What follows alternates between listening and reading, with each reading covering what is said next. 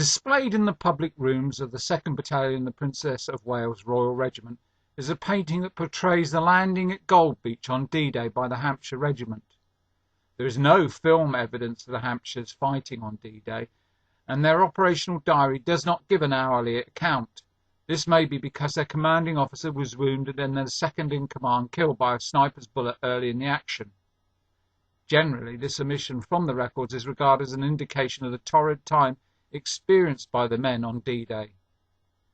By 1944, the Hampshires were already a battle-seasoned unit, having played a similar role in the North African campaign as well as the assault on Sicily.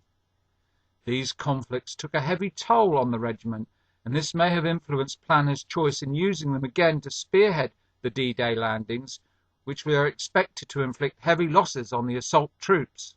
At the centre of the 5 designated landing areas for Allied troops on D-Day was Gold Beach, to be taken by the 231st Brigade of the British 50th Infantry Division, which included the Hampshires.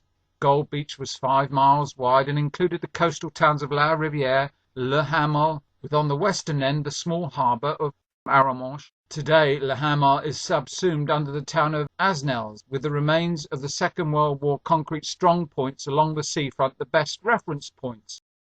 According to the intelligence diary for the 231st Brigade, the brigade commander visited Southampton docks the day before D-Day and spoke to the men on the infantry landing ships HMS Glenroy, Empire Spearhead, Empire Crossbow, Empire Arquebus, to wish them Godspeed. Meanwhile, along the coastline of northern France, Allied minesweepers prepared safe channels for the Armada, which they marked by lighted buoys. During the final approach, the greatest threat came from the Americans, who managed to ease a number of points off their course and threatened to jockey the convoy out of their swept channel.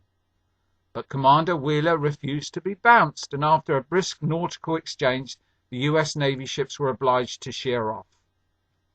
The Hampshires left their camp at Beaulieu in the New Forest on the 31st of May and spent the 3rd to the 5th of June at sea awaiting their final orders. The ships were to reach their release position off the coast of France at about 5:25 a.m. and under the cover of the tail end of the naval and air bombardment, the assault landing craft were lowered into the water to get away from the LSIs and make for the shore. The 50th Northumbrian Division was to go in on the right of the 3rd of the 3 assault divisions of the 2nd Army, with 69 and 231st as the 2 assault brigades.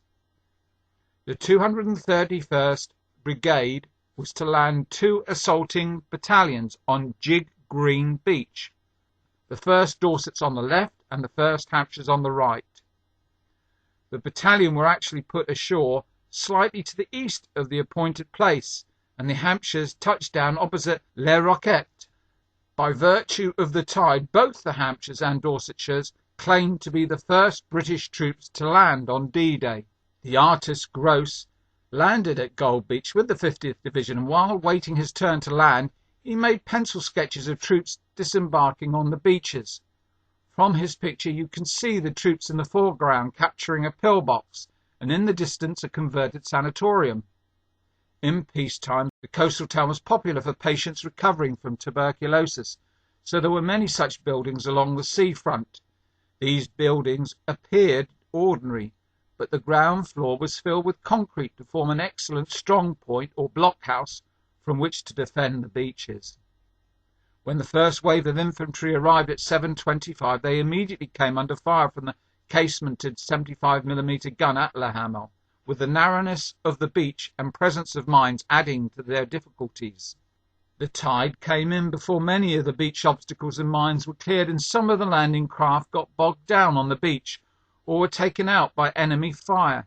The DD tanks and Royal Marine Centaur tanks that were supposed to arrive in advance of the landing were delayed by rough seas.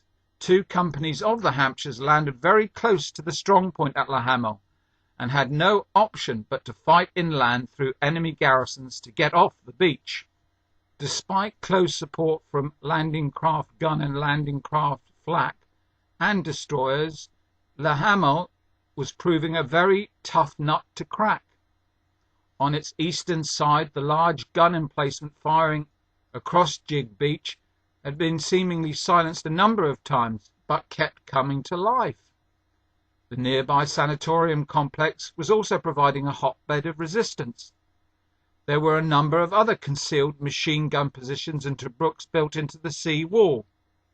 The 1st Hampshires were taking more and more casualties, and clearly there were more Germans here than expected, and of a very different fighting quality than some of the coastal units defending King Beach. The influence of the German 352nd Infantry Division was easily seen in Le Hamel. A plan was made in the early afternoon for B Company to give fire support to C Company as they established themselves within Le Hamel East and bring them within 250 yards of the sanatorium position. C Company started its advance at 13:45, but it took an hour of difficult fighting to attain dominance in the area. B Company now moved up to about 50 yards from the sanatorium in order to put in a final attack, but was held up by heavy fire.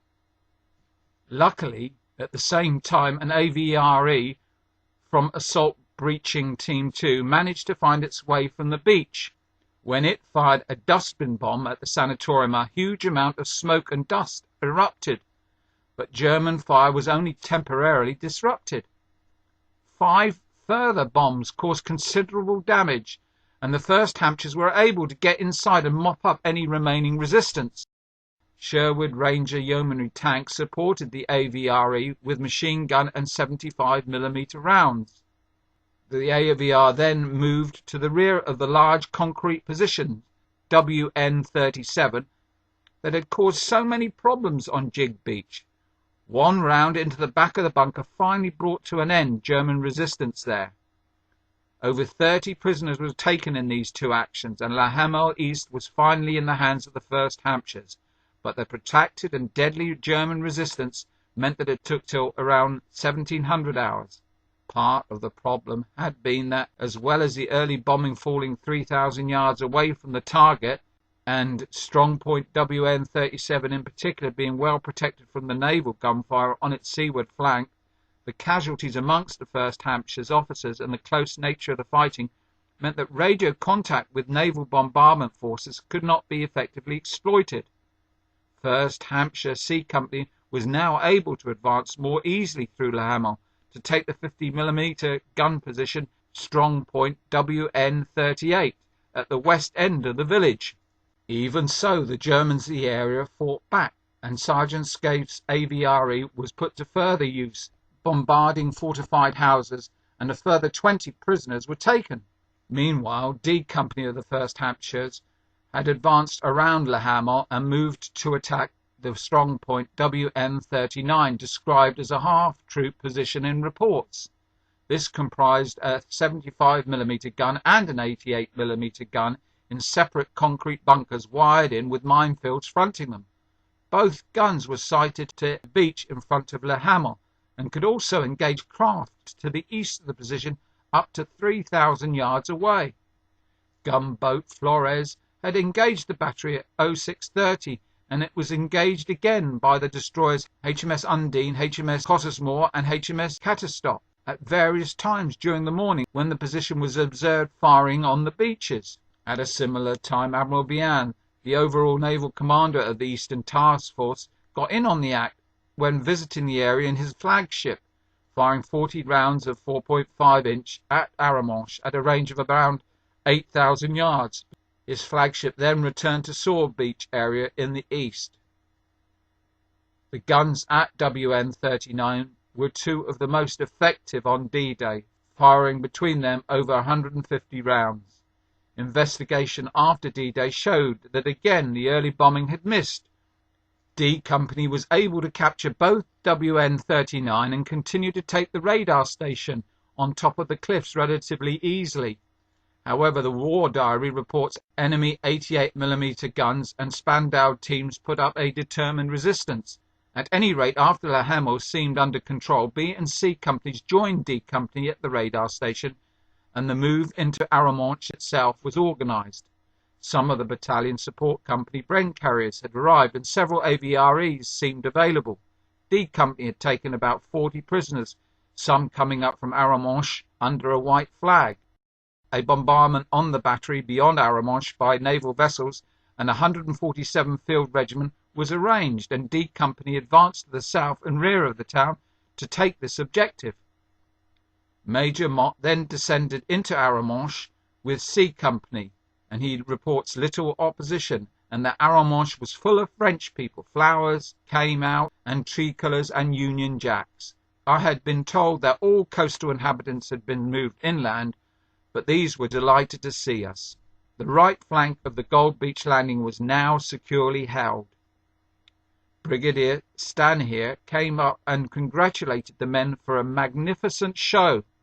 The 1st Hampshire suffered 182 casualties in the single day, but remained operational. There was a feeling on D-Day that because of the casualties and the length of time to achieve their objectives, the Hampshire Regiment would be criticised. In reality, they showed tremendous courage and discipline in the face of difficult circumstances. According to the regimental history for D-Day, every Hampshire man knew the importance of the task that was given to the battalion and never hesitated. They understood the honour as a spearhead of the attack and the first British troops ashore, and rose to the challenge.